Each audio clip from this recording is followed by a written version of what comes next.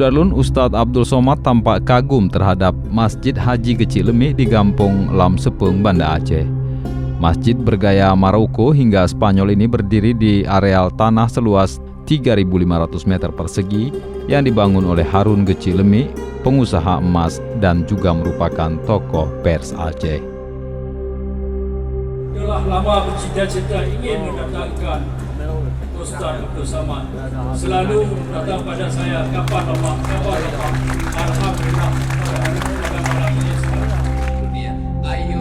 UAS memberi tausiah di masjid ini pada Jumat 6 Desember 2019 malam di hadapan ribuan jamaah. Namun yang membuatnya lebih kagum ketika ia mengetahui jika masjid itu dibangun secara pribadi oleh Harun dan disedekah atas ayahnya Haji Kecilemi. Telinga mendengarkan suara yang merdu dari lantunan Qori internasional. Tapi kalau tidak ada yang hijau-hijau, kering kerontang, ditanamlah hijau-hijau pohon. Ini bukan pohon sagu.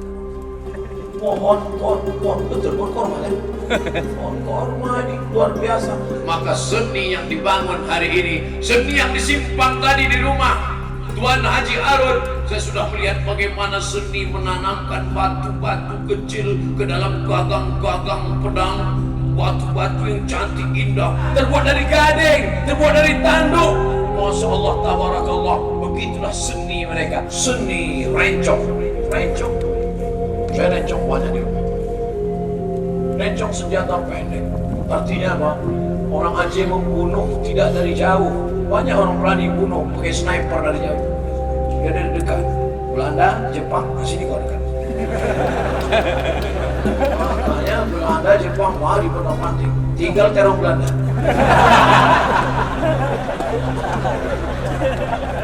Abdul Somad disambut dengan kedamaian. Mana buktinya damai? Damai. Menyala batunya kan? Lelaki yang dimuliakan Allah Subhanahu wa Ta'ala.